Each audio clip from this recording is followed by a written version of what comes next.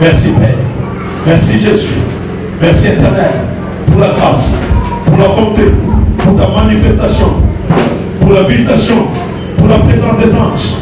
C'est pourquoi le peuple t'acclame avec moi. Je vous remercie.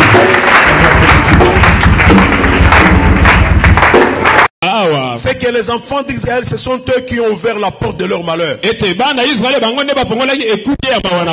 vie, quand un malheur commence à vous frapper, il faut réfléchir. Il voyait que la main de Madian était sur eux. Ils ont souffert pendant 7 ans en train de pleurer. Ils étaient malheureux pendant 7 ans. Le problème, c'est qu'il y avait qu'ils avaient fait dans leur vie. Dans la vie, il y a des choses qui nous arrivent. Dans la vie, il y a des choses, le malheur, quand le malheur arrive, pose-toi la question, c'est là à quelle porte? Et même qu'il y a les portes de bonheur dans la vie de l'homme, il y a aussi les portes de malheur. Et les portes de bonheur, il y a une façon de les ouvrir. Et les portes de malheur, il y a aussi une façon de les fermer. C'est pourquoi j'ai dit au jour de malheur, la Bible dit réfléchis. Ils ont fait 7 ans de souffrance, 7 ans de malheur. Ils ne criaient pas à l'Éternel. Ils n'ont crié que la 7e année.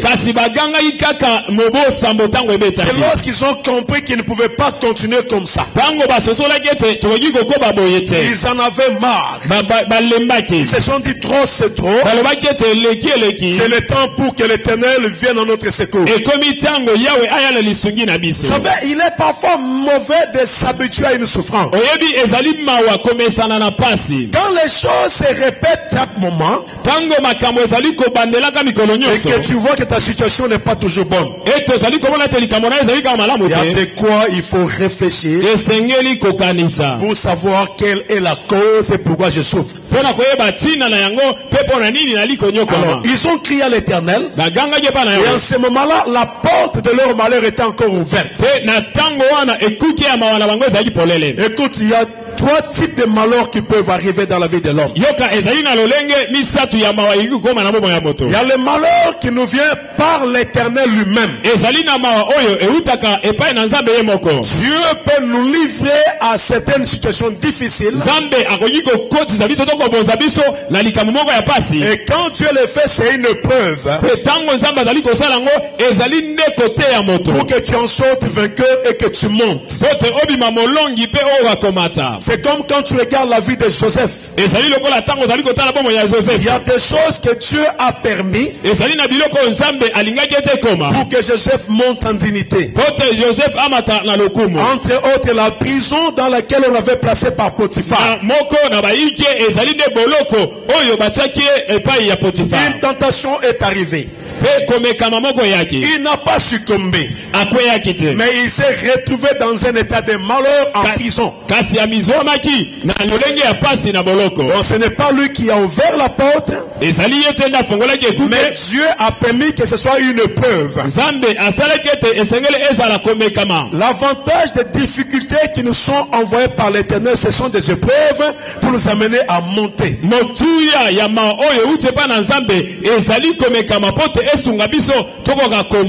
La vie chrétienne n'est pas toujours une vie facile. Il y a des moments où le malheur peut venir frapper à ta porte. Et Dieu peut être l'auteur. C'est comme lorsqu'on demandait à Jésus pour cet aveugle-là.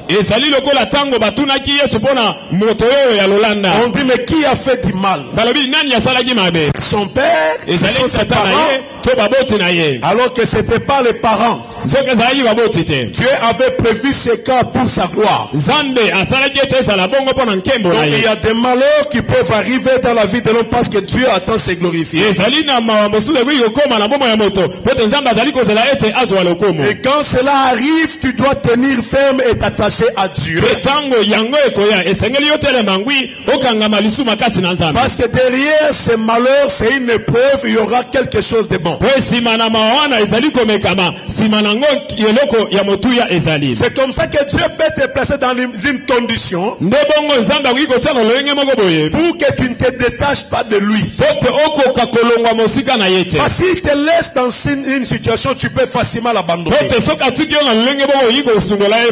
Et ça peut durer 1 année, 2 ans, 3 ans, on ne sait pas combien. Ça, c'est le genre de problème qui nous arrive. Parce que le Seigneur nous place sous l'épreuve. Mais il y a aussi l'autre type de malheur. Cela nous est imposé par les hommes. Parce que la vie sur terre, c'est une vie de combat. Et nous vivons réellement le combat dans nos vies. Il y a l'œuvre de la sorcellerie. Il y a l'œuvre de la jalousie. Il y a l'œuvre de la haine qui opère pour faire du mal aux autres. Vous savez pourquoi est-ce qu'en 1600 on avait tué tous les sorciers en Europe? À l'époque des Jeanne d'Arc, on tuait les sorciers, on les grillait. Et cela a fait qu'on avait même peur de transmettre la sorcellerie sur un enfant. Parce que dès que l'enfant dit, je l'ai vu la nuit venir dans mon rêve, et toi et l'enfant, on vous brûle. Et à cause de cela, la sorcellerie fut quasiment ralentie en Europe. Et cela a donné une ouverture du progrès que l'Europe est aujourd'hui. Donc si on n'avait pas détruit, tous les rois s'étaient mis ensemble. Ils ont dit, mais cette affaire-là, nous ne voyons pas ça. Mais ça détruit notre peuple. Alors nous allons maintenant les éliminer. Et c'est comme ça qu'à cette époque, on avait brûlé quasiment presque toutes les sorciers et tous les sorciers. Et à cette époque, il y avait la chasse à la sorcière. C'est comme ça qu'aujourd'hui les politiciens disent non, il n'y aura pas chasse à la sorcière. Ils se réfèrent à cette époque.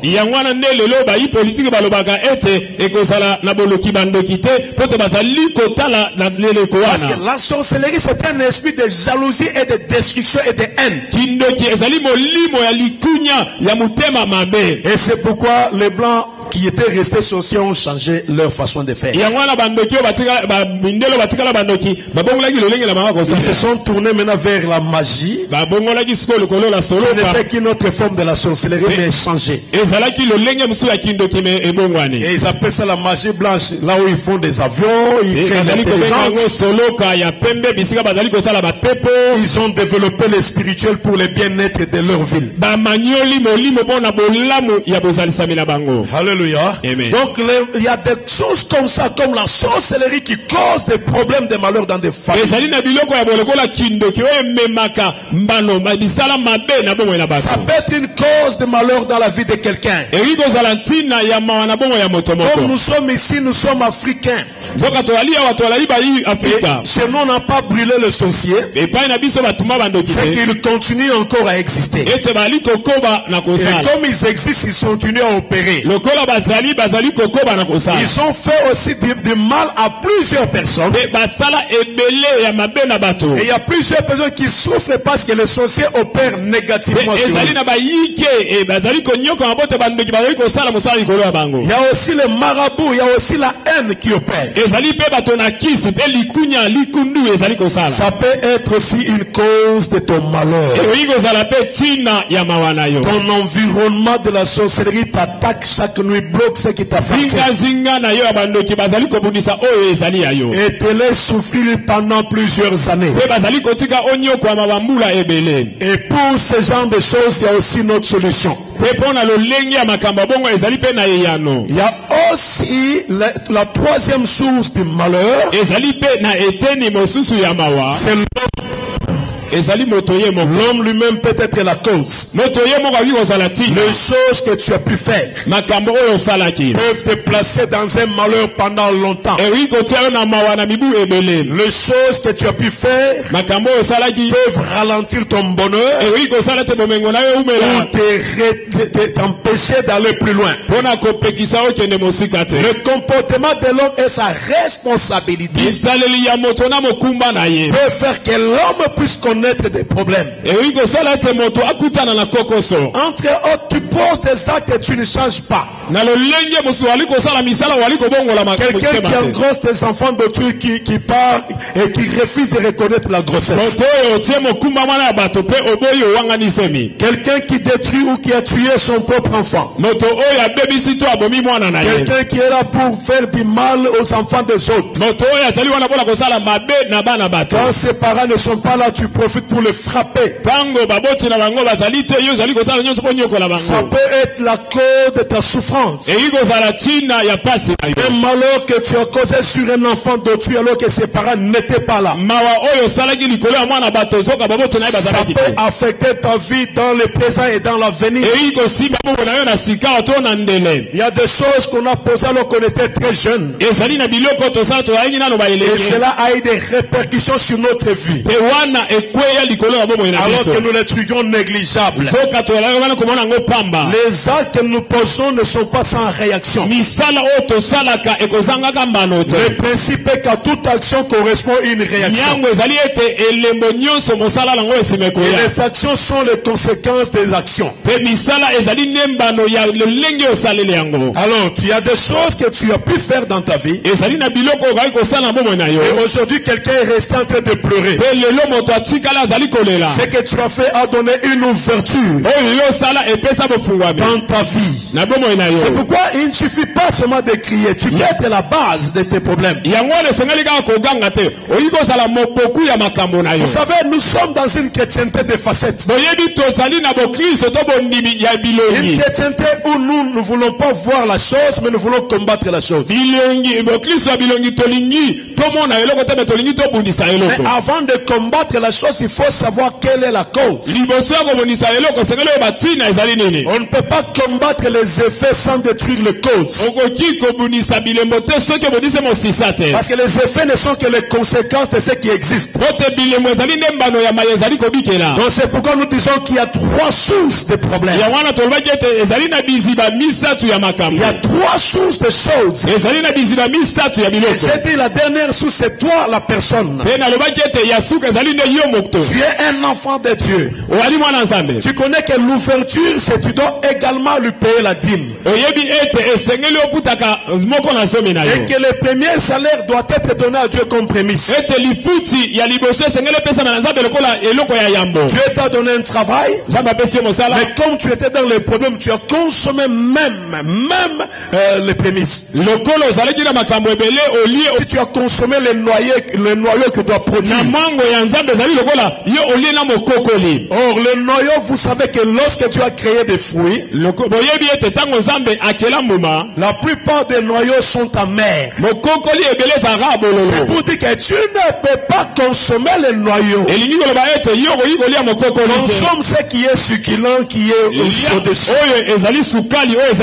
Parce que le noyau est caché à l'intérieur de la chair extérieure. Mais comme toi tu es dans les problèmes, et comme ces problèmes ne peuvent pas se terminer avec ce que tu as trouvé, alors tu décides de consommer même les noyaux. Et ces principes-là t'amènent à t'exposer au malheur. Beaucoup de gens cherchent des attaques ailleurs, alors que lui-même il avait consommé les noyaux de l'Éternel. Tu te donnes l'argent, tu consommes même la dîme, alors que tu connais la loi de l'Éternel et qui t'a dit il faut les payer et me mettre à l'épreuve pour voir si je suis incapable de te donner encore, si je n'ouvrirai pas les églises de Dieu. Mais quand un chrétien consomme la dîme, consomme les prémices, comment voulez-vous qu'il puisse renouer les deux bouts du mois? Parce qu'il s'est mis dans la tête que pour régler son problème, il faut qu'il prenne toujours la petite partie là de Dieu et qu'il console. C'est pourquoi il y a le ralentissement des progrès dans la vie de plusieurs personnes. Je vous parle de ces principes de prémices parce que j'en connais quelque chose. Si tu écoutes ça, tu comprendras que tu peux être toi-même la cause de ton problème. C'est pourquoi on dit au jour du malheur, réfléchis. C'est bien de renverser. C'est bien d'envoyer le feu. Mais parfois nous faisons de feu qui ne brûlera personne. Parce que nous sommes nous-mêmes la porte ouverte de notre malheur. Alors écoutez par rapport à l'homme. Jésus dit, le prince de ce monde vient. Mais il n'y a rien de lui à moi. C'est-à-dire lorsqu'en toi il n'y a pas de reproche, c'est que le Seigneur va se charger lui-même de te trouver des solutions. Mais si tu cries et tu chasses, alors qu'il y a une part de tes responsabilités, sache que le malheur va rester sur toi. La Bible dit, les enfants d'Israël firent ce qui était plus à l'Éternel. N'abattons pas l'autel de Baal sans savoir qu'est-ce que nous avons fait. Ils crièrent à l'Éternel. Ils crièrent à cause de la souffrance. Ils crièrent à l'Éternel. Et l'Éternel envoya premièrement un prophète. Mais ils ont vu le prophète comme un philosophe. Parce qu'en Israël, parfois les prophètes étaient considérés comme des philosophes. Parfois on ne croyait pas dans ce qu'il disait. Et ensuite Dieu envoya un ange. Et ils ont crié à cause du malheur. Mais le malheur était causé par ce qu'eux avaient fait. Écoutez mon frère, quand une porte de malheur est ouverte, il y a une façon de fermer cela. Si c'est l'épreuve, si c'est imposé par Dieu, si tu n'as aucun problème à te reprocher, reste fidèle à Dieu, cherche encore sa face, ne prononce aucun mot contre l'Éternel. Comme tu ne te reproches rien, dans ton silence, Dieu combattra pour toi. La deuxième possibilité, si le malheur est causé par autrui, c'est le temps pour toi aussi de les renverser. Il faut que tu te lèves et que tu te battes spirituellement. Et que tu cries à l'Éternel pour que les choses changent. Mais si le malheur est causé par toi, au lieu de crier, ce que tu dois savoir, tu dois chercher la réparation. Il y a des choses qui ne se terminent pas par les cris. Ils crièrent à l'Éternel. Malgré que Gédéon était là, ils ont crié à l'Éternel. L'Éternel n'a pas changé leurs conditions de vie. Alléluia. Mais dis-moi, comment Dieu n'a pas changé leurs conditions de vie? Parce qu'il fallait qu'il y ait une réparation d'abord. Il y a des choses qui ne changent que lorsque tu répares. Et il y a des choses qui arrivent seulement lorsque tu te répands. La repentance est différente de la confession.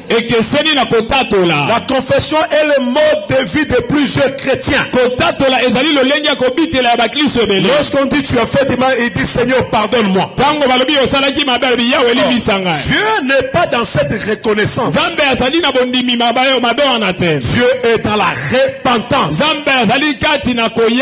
Est-ce que je parle à quelqu'un ce matin? Est-ce que je parle à quelqu'un ce matin? Je ne veux pas vous amener dans le vide. Je veux que vous compreniez la pensée de l'Éternel. Pour que ceci puisse présider votre destin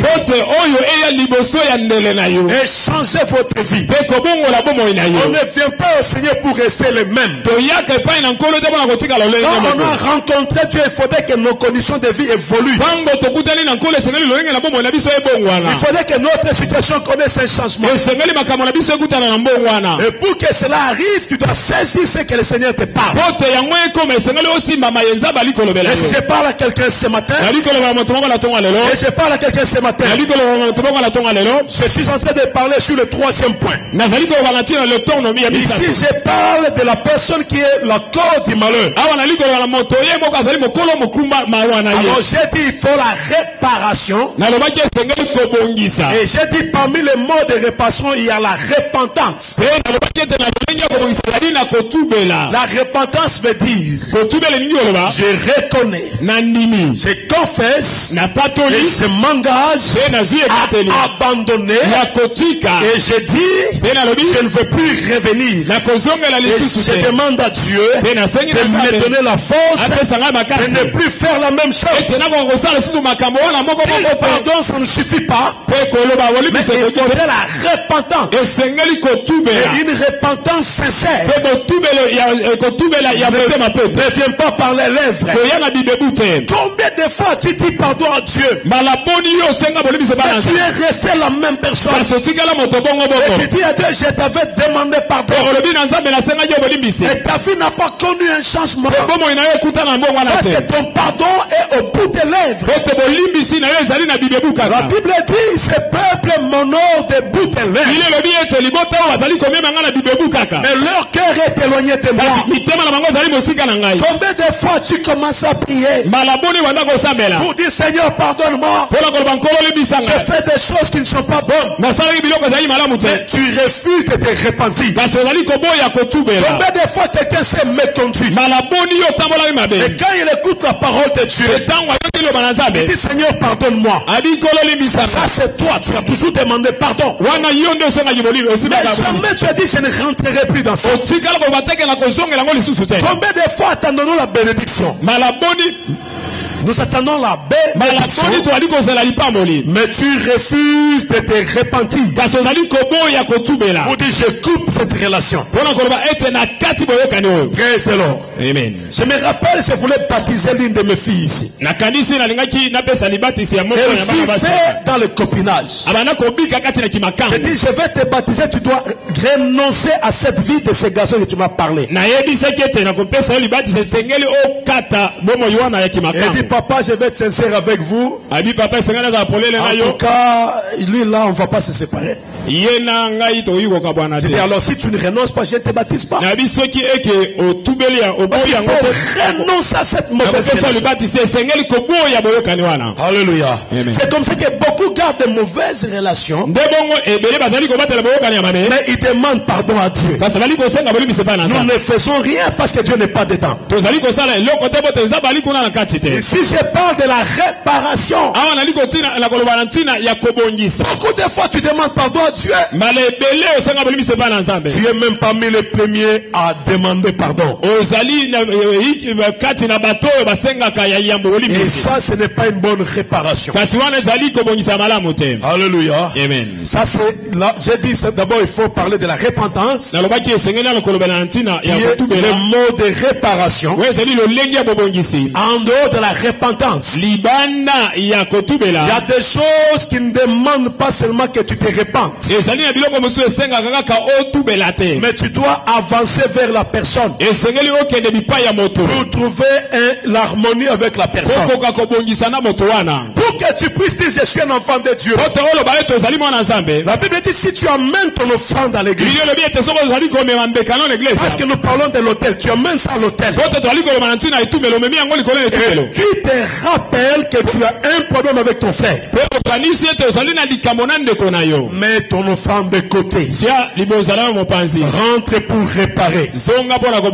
Praise the Lord. Amen. Praise the Lord. Amen. Praise the Lord. Amen. Je sens que beaucoup de gens ont sommeil ce matin. Alléluia. Je ne veux pas vous conduire dans les choses chaudes. Je veux que tu saisisses.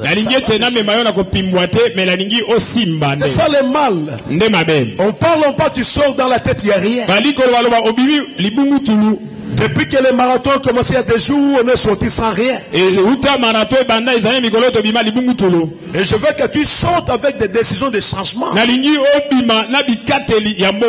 Praise the Lord. Amen. Praise the Lord. Amen. Praise the Lord. Amen. À la loi et au témoignage. Si nous ne parlons pas ainsi, il n'y aura pas de l'erreur pour le peuple. Praise the Lord. Amen. Praise the Lord. Amen. Je vais dans cet auditoire où les gens réfléchissent, écoutent. Et qu'ils prennent des décisions. Et alors je disais qu'il y a le pardon dans une autre chose, dans une voie de réparation. N'apporte pas ton offrande dans l'église de Dieu alors que tu as encore un problème avec ton frère. Pourquoi Dieu le dit? Parce que l'offrande a comme conséquence la bénédiction de l'Éternel. La bénédiction matérielle. Ton niveau de données est égal aussi au niveau de l'intervention de Dieu dans ta vie. Mais si tu connais que tu as un problème, tu risques de faire la perte. Parce que tu dois d'abord réparer avec Dieu. Praise the Lord. C'est la condition la plus compliquée. Lorsque Dieu m'a appelé à le servir, la première des choses était que je sois capable d'aller demander pardon à ceux à qui j'avais causé du tort. Je me rappelle à Lubumbashi, je venais de me battre contre un couple, l'homme et la femme. Et à l'époque, quand nous cherchions encore l'arthophilie et le sport, nous avions un peu de brutalité avec notre taille. Et les gens qui nous ont connus à l'époque savent que nous étions aussi dans mon quartier, on vibrait dans les quartiers. Et lorsqu'il y avait un malheur ou un bandit dans une parcelle, on criait non, non. Moi et mon frère, on devait venir intervenir. Et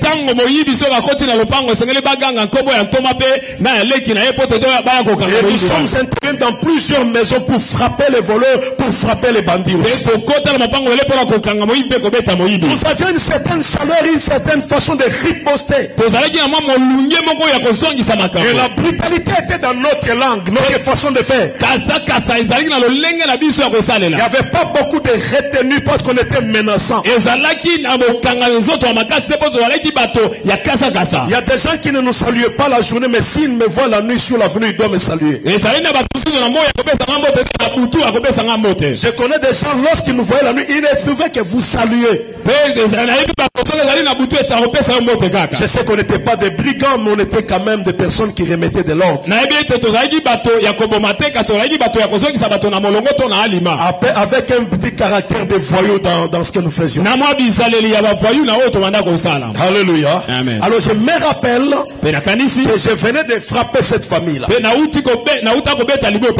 2 semaines après, Dieu m'a appelé. Je devais me convertir totalement, me mettre à son œuvre.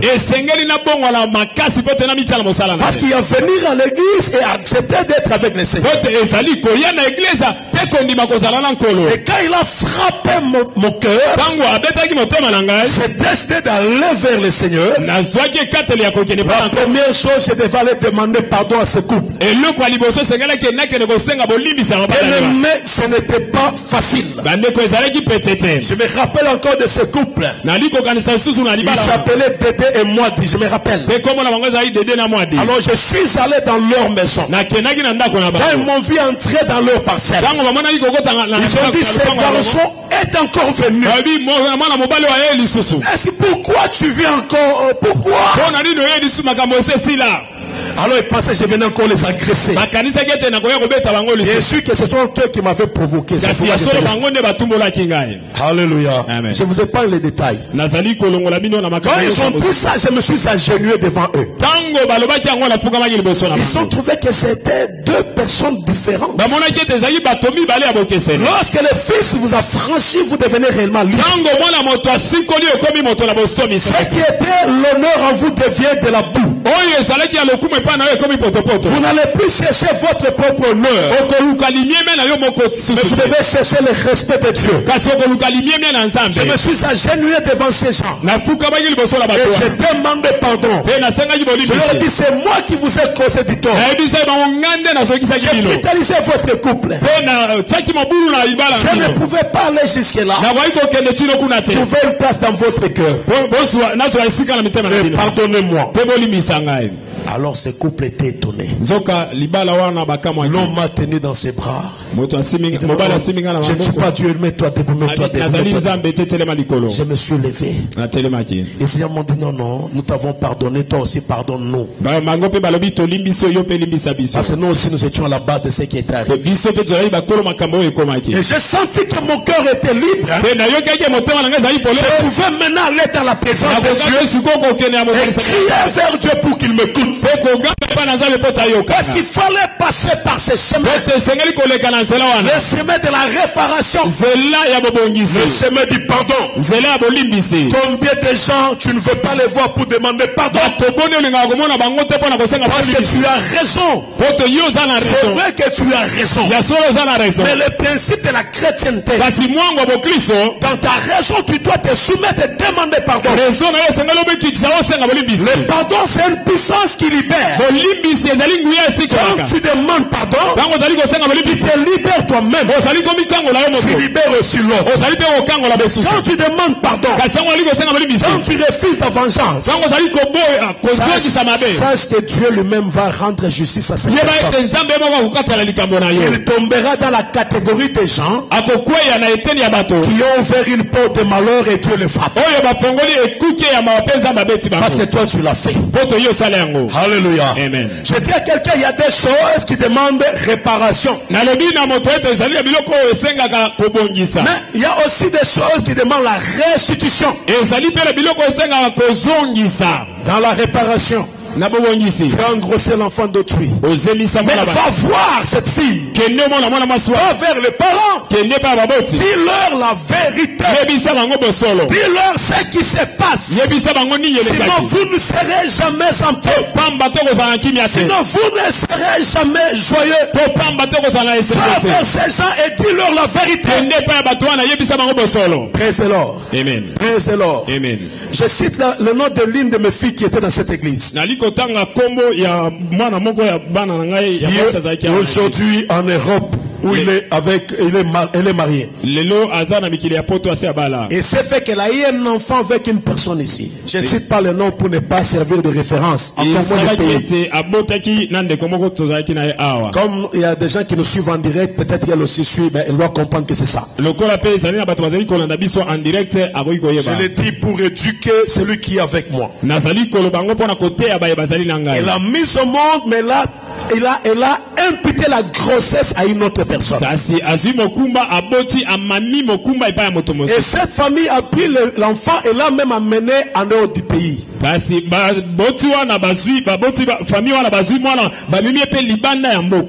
pendant qu'ils sont en Europe, il y a eu beaucoup de problèmes dans le foyer. Son mari qui m'appelle, il dit papa, nous devons dans cette affaire, j'ai maintenant la vérité. Qu'est-ce que nous allons faire? Nous devons chercher à dire la vérité. Imagine-toi une vérité cachée. Cette famille a pris l'autre enfant jusqu'à l'amener en France. Et ils croient que c'est l'enfant de leur fils. Et lorsqu'ils appellent la vérité que c'était que des mensonges, il y aura quel dégât? Praise the Lord. Amen. Je vous laisse deviner la suite. Parce que je vois que tu voulais que je t'explique tout, mais je n'explique pas. Praise the Lord. Amen. Praise the Lord. Amen. Il y a des choses quand tu as pu les faire, ça va te poursuivre. Quelqu'un est en train de souffrir payant une dette dont il n'est pas responsable. Alors que tu sais que c'est toi la cause de cette affaire. Mon frère, il faut réparer ça. Il faut aller vers cette personne. Quel que soit le prix, ça te coûterait. Répare ça.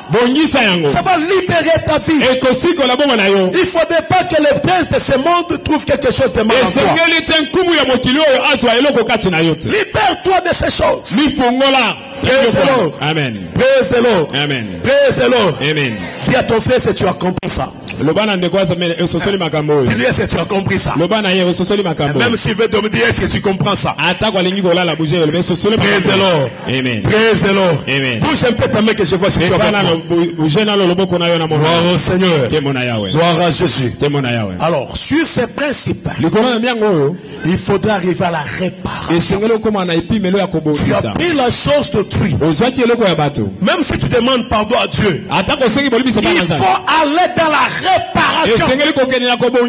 Ils crièrent à l'Éternel, mais Dieu a demandé à Gédéon d'aller réparer. Enlever l'autel de Baal et construire l'autel de l'Éternel. C'est ça la réparation. Il y a des choses qu'on doit enlever pour les remplacer. Il faut refuser certaines choses. Même si ça nous cause du bonheur. Mais comme c'est de mauvaises choses, il faudrait les refuser. Il faut la réparation. Tu as volé quelque chose de Dieu. Même si tu te répands, ici la repentance ne suffit pas. C'est la remise de la chose.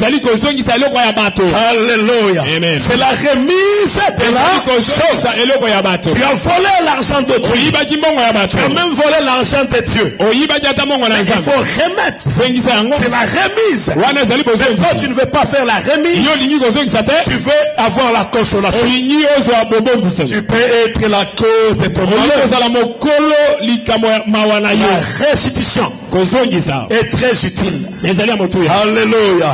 Le pasteur Manassé priait pour un frère ici qui avait volé la moto d'autrui qui avait vendu.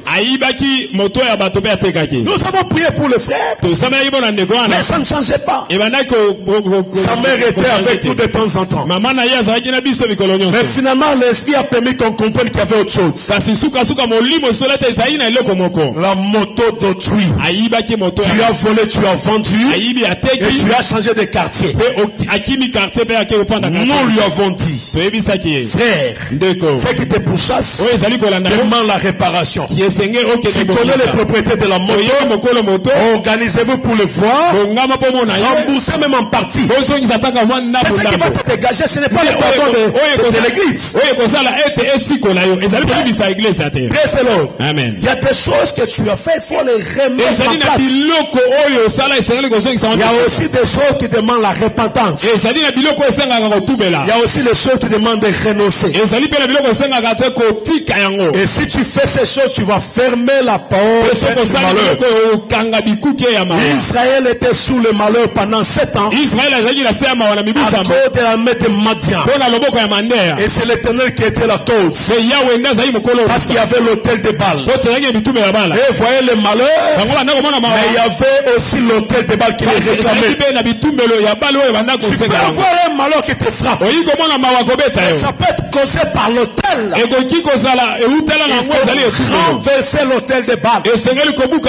Par les principes que je t'ai donné ici. Détruire ce qui te réclame. Réparer là, il faut réparer. Remettre ce qu'il faut remettre. Arranger avec ceux qui sont avec toi. Quand tu arrives à faire la première chose, tu battras alors Madian comme une seule personne. Tu renverseras le malheur comme une seule personne. Parce que tu es resté dans ce principe de la réparation. Et tu as compris pourquoi le malheur arrive. Alléluia. Amen. Alléluia. Amen. Tu comprends ce que j'ai dit? Et réfléchis déjà en toi-même.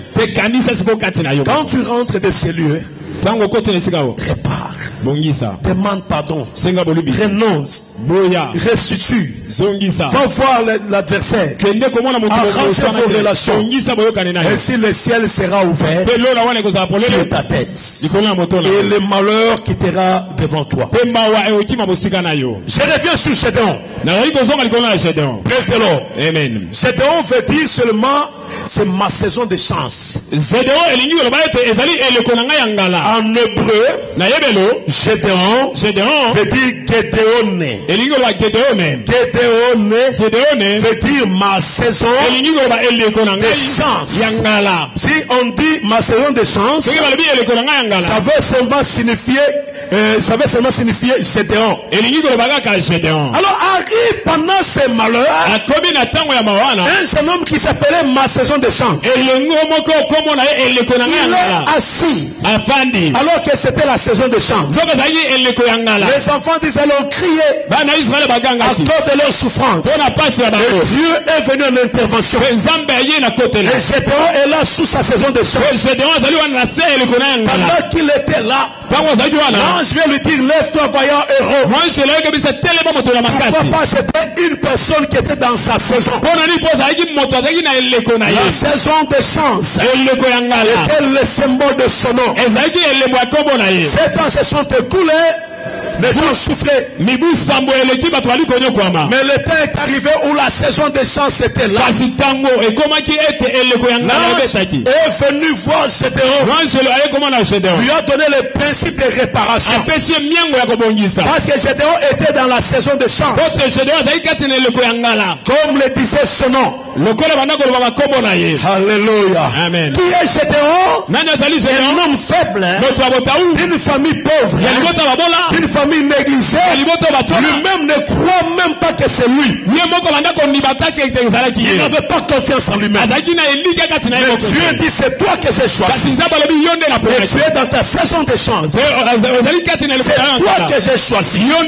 Je dis à quelqu'un ce matin, quelles que soient les conditions de la vie, quel que soit le monument qui est devant toi, c'est toi que Dieu a choisi. Pourquoi tu as choisi Gédéon? C'était pour renverser la souffrance de 7 ans. Alléluia. Amen. Mais écoutez ce qui s'est passé dans les 7 ans. Dans les 7 ans, quand l'ennemi arrivait, il venait avec ses tentes. Il venait avec sa cavalerie. Et il restait pour tout détruire.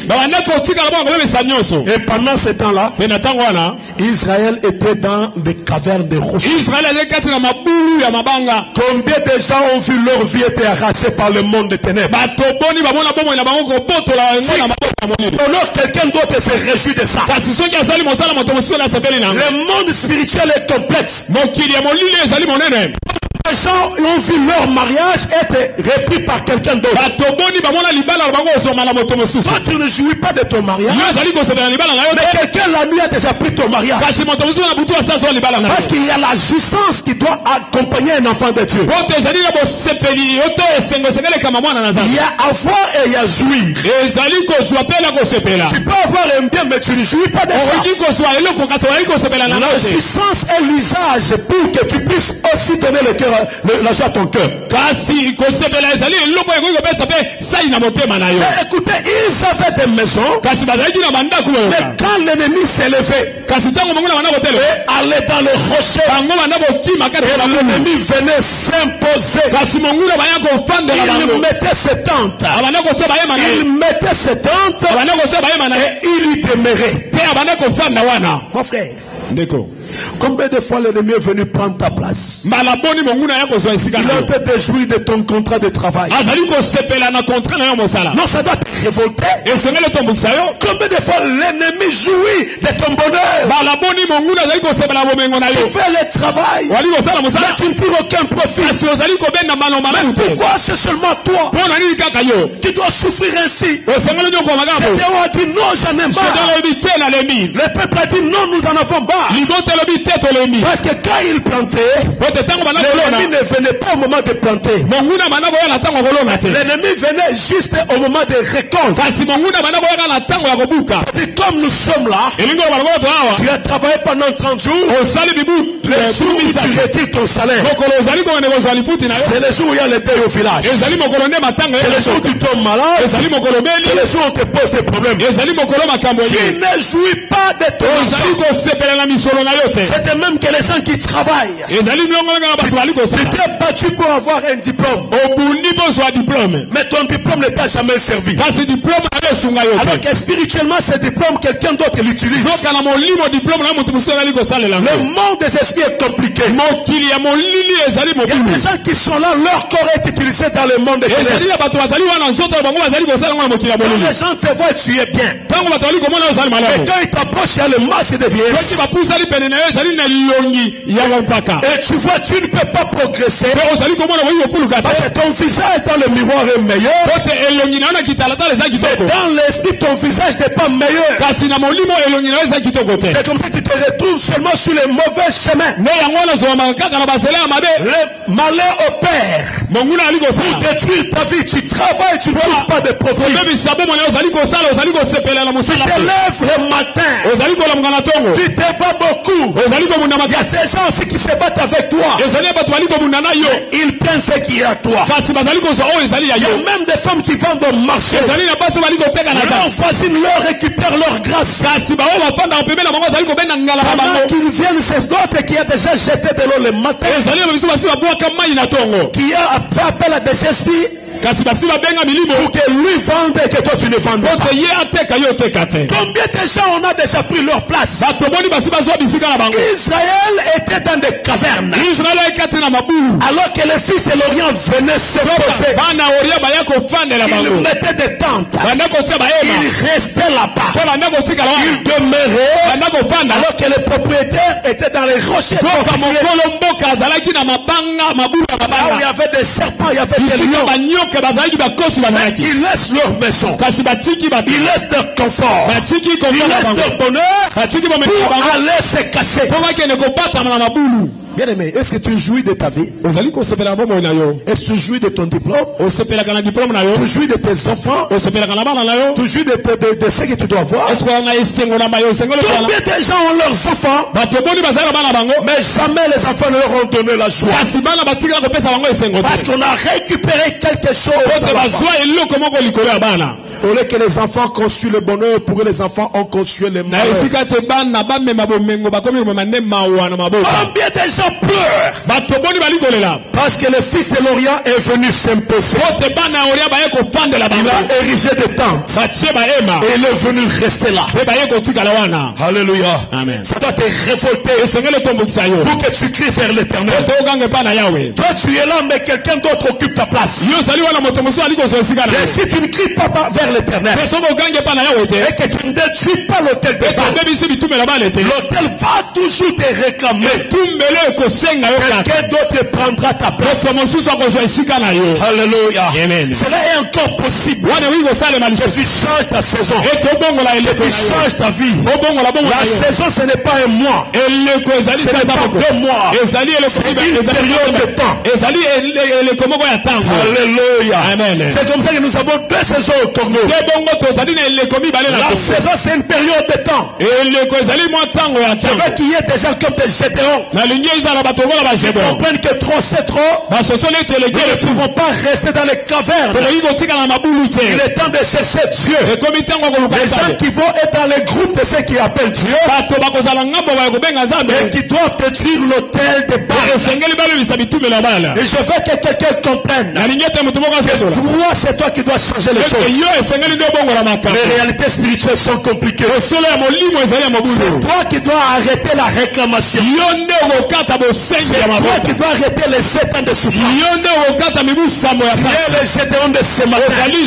Parce qu'aujourd'hui, pendant ces 30 jours, tu es dans ta saison de chance. Tu es dans ta saison de chance. Tu es dans ta saison de chance. Je parle ici. C'est toi le Gédéon. Il y a quelqu'un qui me regarde. Non, moi je suis petit. Ma famille est pauvre. Dieu n'a pas besoin d'exemple. Dieu a besoin de toi. Tu dois avoir confiance en lui. Tu dois être avec lui. C'est toi qui dois changer le cycle de malheur de ton foyer, de ta famille, de ton peuple. C'est toi les Gédéons. Je dis à quelqu'un, c'est toi les Gédéons. Si ce n'est pas toi, moi je dis c'est moi les Gédéons. Je dis c'est moi les Gédéons.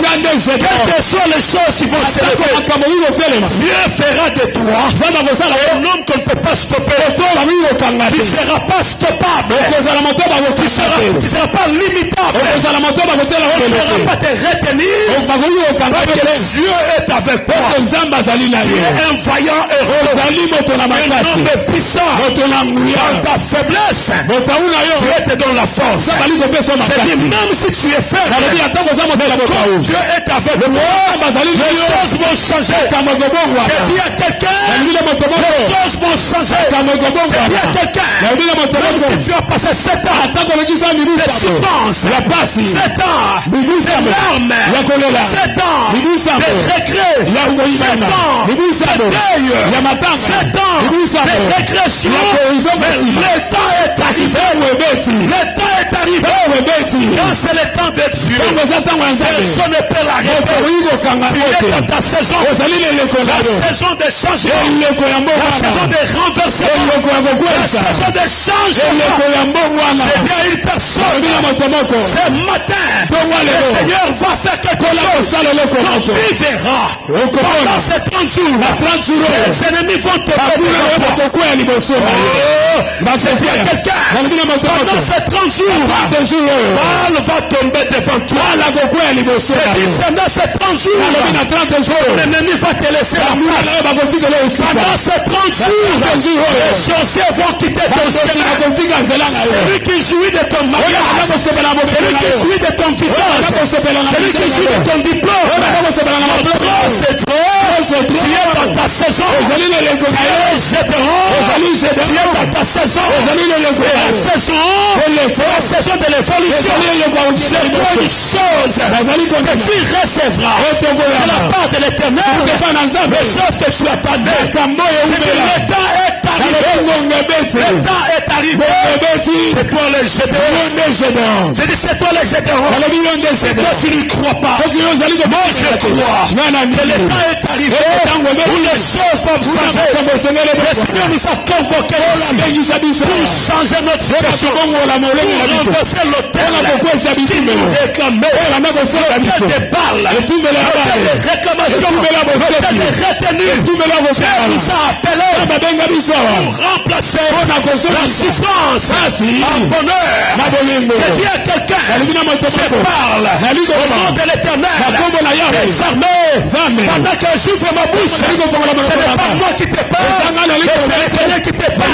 Il dit, je te dis, que le temps est arrivé où l'autel doit être renversé. Le temps est arrivé où tu seras rétabli. Le temps est arrivé où les choses vont changer. Je dis à quelqu'un qui pleurait, le temps est déjà là où tu dois cesser de pleurer. Je dis à quelqu'un qui est resté en train de pleurer à cause de l'œuvre du bonheur.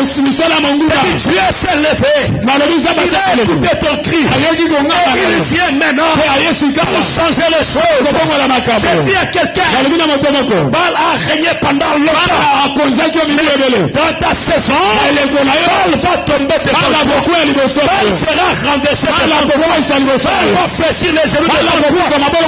Parce que c'est ta saison.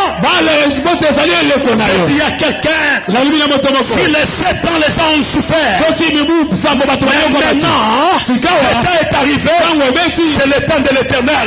Comme il avait envoyé un ange pour voir Gédéon dans sa saison, Dieu aussi envoie des anges pour te soutenir dans ton cas afin de t'aider à aller au-delà et qui n'avait jamais joui.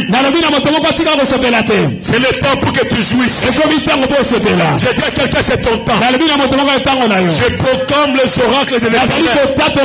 Ce que je déclare, la Bible dit, l'Éternel est derrière les paroles de ses serviteurs pour les accomplir. De la même manière que je le déclare, de la même manière que Baal est en train de tomber, de la même manière que je parle, de la même manière que Baal doit laisser la place. Je dis que c'est ta saison de chance. Je dis à quelqu'un, c'est ta saison de chance. Ne regarde pas le temps passé. Dieu va faire une chose nouvelle. Ne vous souvenez pas des événements passés. Ne voyez pas les 7 ans passés. Ne voyez pas les échecs. Ne voyez pas le malheur. Mais Dieu veut que tu comprennes que c'est ton temps. Et tout diront bien aimé. Quand Dieu fait agir, il envoie d'abord sa parole. La Bible dit, il envoie sa parole. Et sa parole est guérie. Pendant que je parle, je suis en bouche autorisée. Et je parle de la part de l'Éternel. Il envoie sa parole. Et sa parole va ouvrir les chemins. J'ai dit, il envoie sa parole. Et sa parole va ouvrir les chemins. J'ai dit à un enfant de Dieu, tu ne dois pas rester les mêmes. La souffrance ne doit pas demeurer. Parce que le temps est arrivé.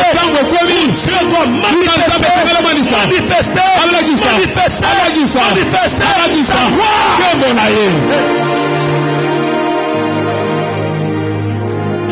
Il dit non, tu battras tous ces peuples comme un seul homme, et qui était des milliers, et qui avait des chameaux, et qui avait des hommes. Et Dieu dit à Gédéon, tu battras Madian comme une seule personne. Je dis, comme tu es là, quelle que soit la hauteur, quelle que soit la grandeur, quel que soit l'âge, quelle que soit la force, quelle que soit la résistance, quelle que soit la puissance, et ton ennemi, tu les battras comme un seul homme. Tu les battras comme un seul homme. Tu les battras comme un seul homme. Laissez les sorciers se mettre ensemble. Laissez-les entrer en coalition. Laissez-les entrer en compromis pour venir vers toi. Et les sorciers de gauche et de droite puissent se mettre ensemble pour venir vers toi. Mais l'Éternel me dit de te dire que tu les battras comme une seule personne. Ils sont venus par cette chemin et ils rentreront par un seul. Alléluia. Mais je dis une chose, ils vont venir ensemble plutôt. Ils seront ensemble. Ils viendront ensemble. Mais l'Esprit de l'Éternel le mettra en fuite par cette chemin. Ils chercheront la porte. Celui de gauche, celui de droite, quitteront par cette chemin. Et tu les battras comme un seul homme. Ici je parle à un enfant de Dieu. Le Seigneur est déjà venu. Il a écouté ton cri. Il a écouté tes pleurs. Il a vu tes larmes. Il a vu ton souci. Il a vu tes inquiétudes. Il est là avec toi. Ce matin, il y a quelqu'un qui pensait que Dieu l'a fait déjà abandonné. Il me dit, il ne t'a jamais abandonné. Il dit que je te dise non, il est là. Mais maintenant sa parole est venue pour que tu entres dans ta saison. Celui qui croit ces choses, sa vie va entrer dans la nouvelle saison. Oh, je dis à quelqu'un, même s'il n'y a pas l'argent qui circule, Dieu va te permettre de voir cet argent. Je dis à quelqu'un, même s'il n'y a pas un travail, Dieu va te préparer un travail. Je dis à quelqu'un, même Même si tout le monde est dans le malheur, Dieu va se souvenir de toi. J'ai dit à quelqu'un, même s'il y a quelque chose qui s'élève contre toi, le Seigneur s'élève pour changer ta situation, pour changer ton identité. Tu étais faible hier, et Dieu dit tu n'es plus faible. Tu es voyant, tu es le fort, tu es le puissant, tu es invoyant, tu es invoyant. J'ai dit à quelqu'un tu es invoyant. J'ai dit à quelqu'un tu es invoyant. J'ai dit à quelqu'un tu es invoyant. J'ai dit je suis invoyant. Et tu es invoyant. Parce que c'est toi qui donnera une solution à ton problème. C'est toi. Tu es l'homme de la situation. Tu es là pour changer les choses.